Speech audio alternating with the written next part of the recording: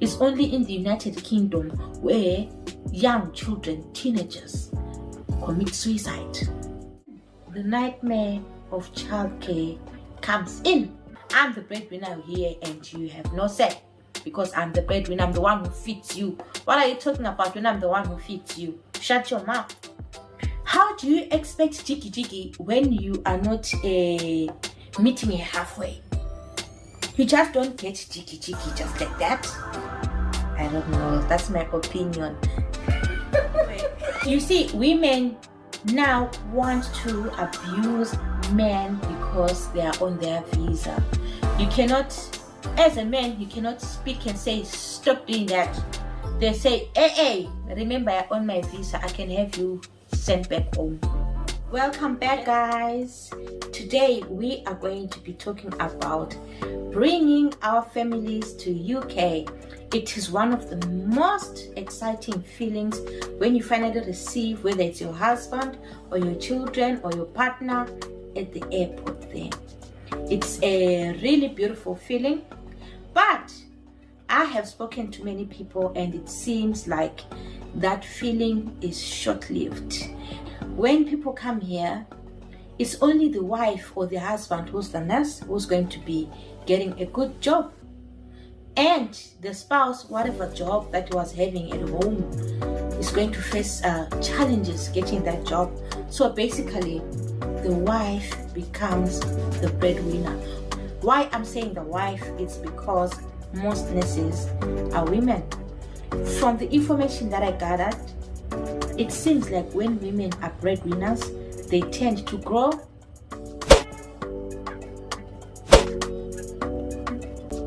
And another thing, when families come and join you here in UK, obviously some of the families will be having children, some are old, some are young, and then the nightmare of childcare comes in.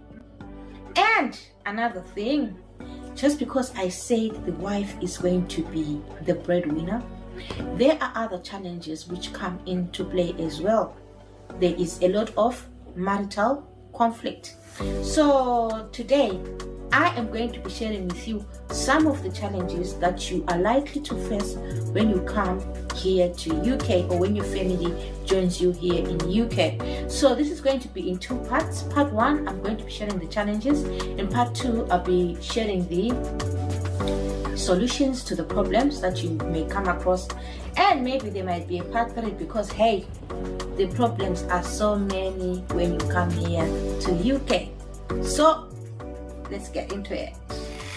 So guys, today I'm going to be sharing with you real life stories. I had to, because I've seen so many stories, I just had to pick a few of the stories so that I share them with you, so that you actually get a picture of what really transpires when you are here in UK.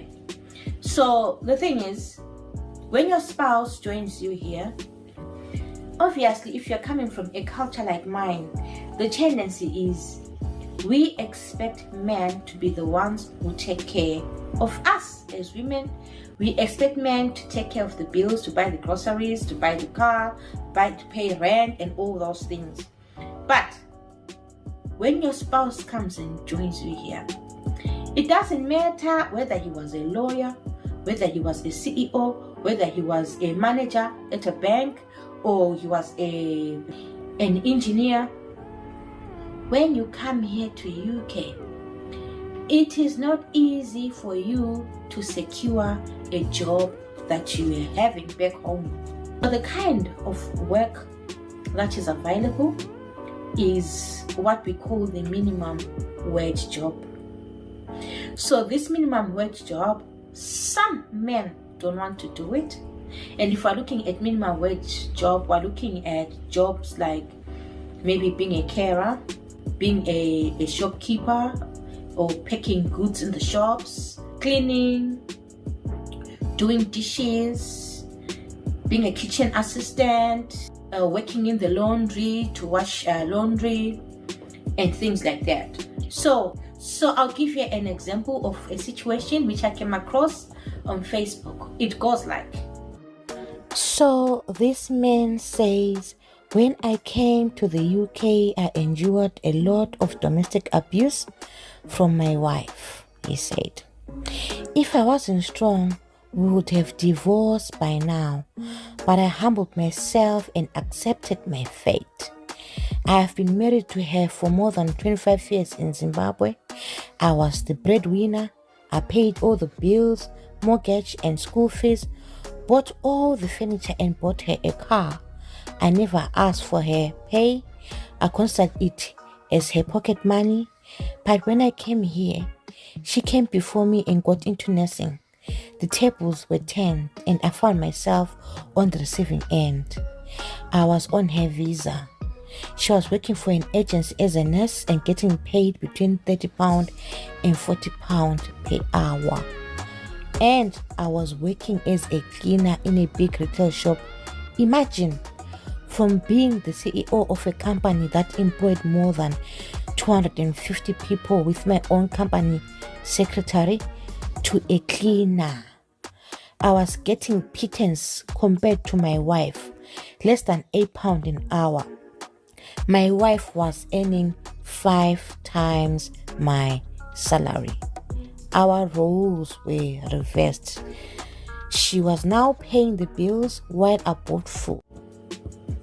So, when you are looking at this situation, you see, guys, this is someone who was a chief executive officer in Zimbabwe. And when he came here, he was cleaning the floors. Because you can't be a CEO in Zimbabwe and then come and be a CEO here. What happens here in UK is they don't tend to recognize the qualifications that you have out there. So if you want to get a good job, you rather get some qualifications here. And education is very expensive in UK. So it is going to be very tough for you to actually secure a job which you are trained for. And if you want a job which you are trained for, you will have to advance your education or you'll have to go to school. In the meantime, you will have to do a minimum wage job. Unfortunately, some men don't want to do the minimum wage job. So what happens is they prefer to sit at home. And when they prefer to sit at home, it means that the women are the ones who are now going to be hustling to take care of the family, and they're going to be working very hard, taking extra shifts and all that. Conflict comes in. So guys, this is an example of conflict, and this was posted by one of us yesterday when I did yesterday's live. C. Mavuso says, it is tough. Relationships have been pretty bad here, and your wife you are married to can starve you, that is sexually, until you decide to look for someone else to release the pressure. They tend to complain about tiredness and general body aches because they overwork themselves. There are men who come from cultures like most Zimbabwean cultures, especially the Ndebele men, for example. They believe that a child belongs to the woman. A woman is supposed to cook. A woman is supposed to clean the house. A woman is supposed to do laundry. A woman is supposed to do all those homely duties that you know. On top of that, this woman is also working. So some men, they sit and wait for the woman to come from work after a 12-hour shift. And that woman they don't even take out maybe the radish from the fridge. And that woman, very tired from a 12-hour shift, because we all know that in UK you hustle for your money. You work very hard. You just don't get paid for sitting. You work very hard to get that money. When you come back home, the man has been at home the whole day. He has been seated the whole day. You look at the sink there, it's full of dishes. He's sitting waiting for you to come and cook. The children, they are not bathed or anything. You get there from work, start cooking, you serve them, you do the dishes, there's laundry, you do the laundry, and exhausted as you are, you go to sleep around midnight. And then after sleeping there at midnight, you are also supposed to go to work in the morning. 2 hours later, or when you've just fallen asleep and you are, because when you're working in UK, you don't have peaceful sleep. When you've just fallen asleep and you are just winding in your mind, asking yourself, oh, did I fill in that documentation? Oh, did I give that medication? Did I? Because there are so many challenges here. When you're at home, you're always questioning yourself about things that you did at work, because work in UK is very stressful. And then when you finally fall asleep, someone goes jiggy jiggy with his elbow, and when he's going jiggy jiggy with his elbow, he's saying, are you awake? Am I awake? What do you want? You get it? So which means you know that you're saying, am I awake? What do I want? You know what he wants, but just because of all those frustrations that you have working hard at work, coming to work hard at home, when you turn and you look at your husband, instead of looking at that Prince Charming who has always been charming you all your life, you see this.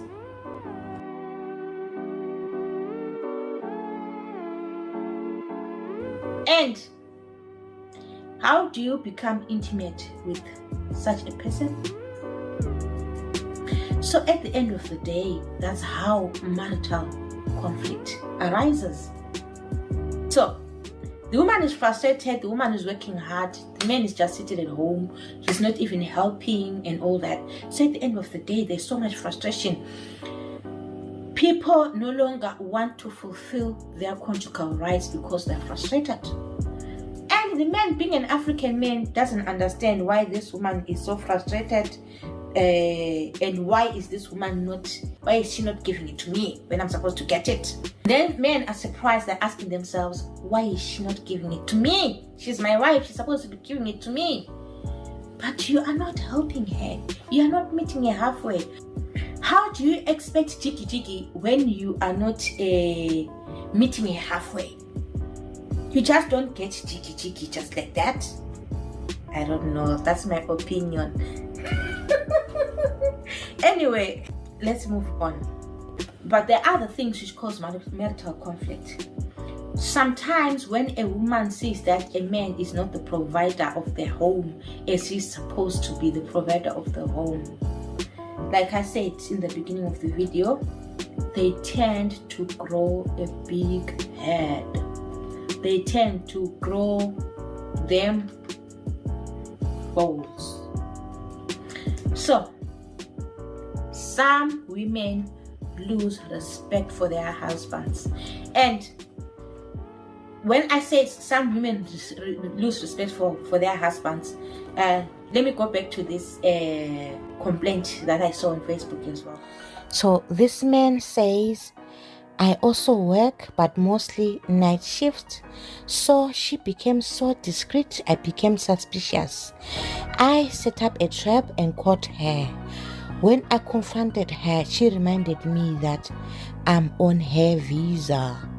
We argued and she called the police. I was dragged to court. She told many lies.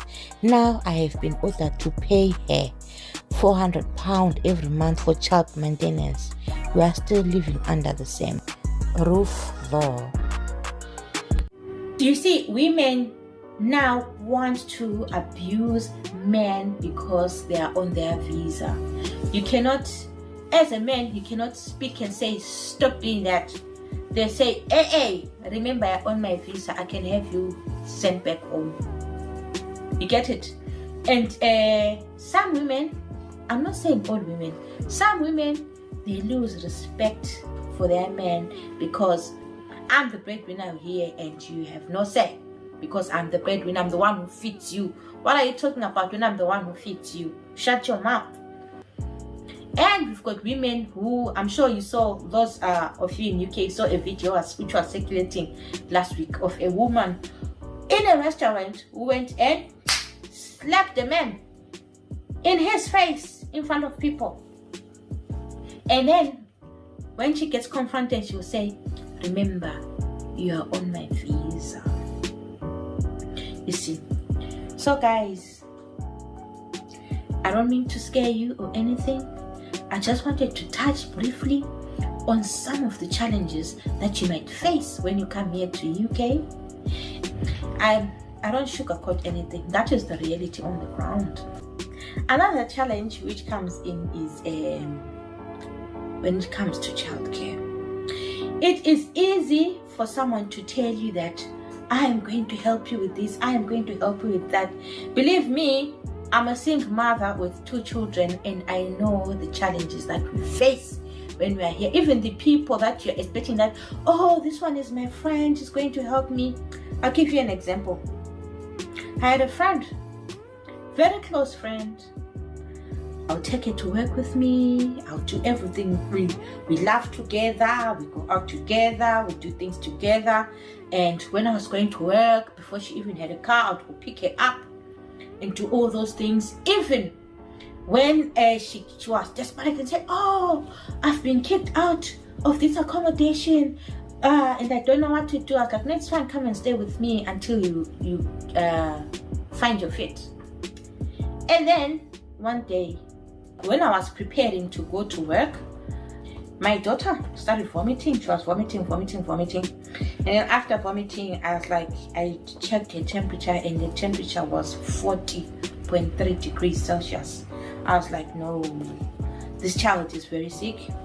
And obviously, I cannot go and leave her with someone when she's sick. And obviously, from my own assessment, being a pediatric nurse, I said this temperature, when she's like this, when she's vomiting like this, she's obviously going to be sick for a number of days. So I can't go to work for the next 3 or 4 days.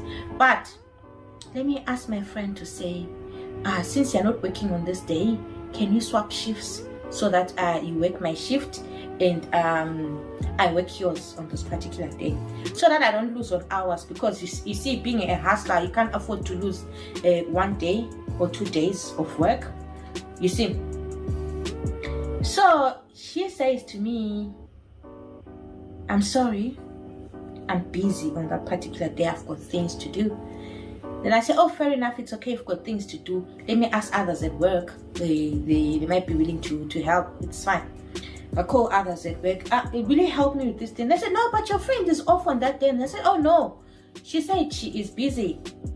She's got things lined up for that day. And what happened is I ended up cancelling 2 of my shifts because the other people who could help me were also working on those particular days.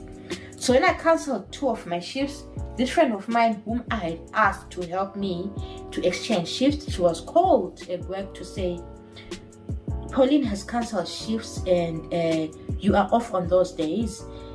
Will you come and work for overtime? And she said yes.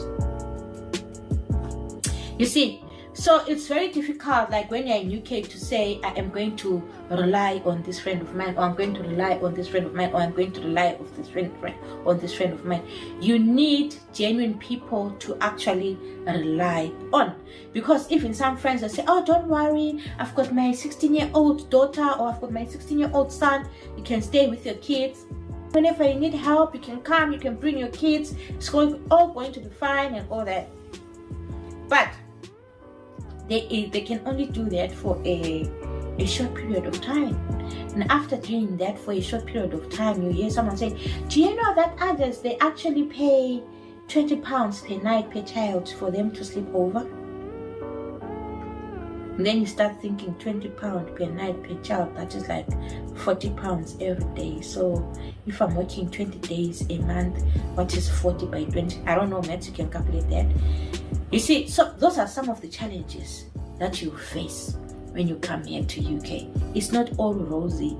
You can come across a situation whereby you are going to your friend in the morning with your daughter or with your son, and you want to go to work, and you knock at the door. You make an arrangement and you knock at the door, and they don't open the door for you. Until you end up looking through your phone to say, who else do I know who could be off?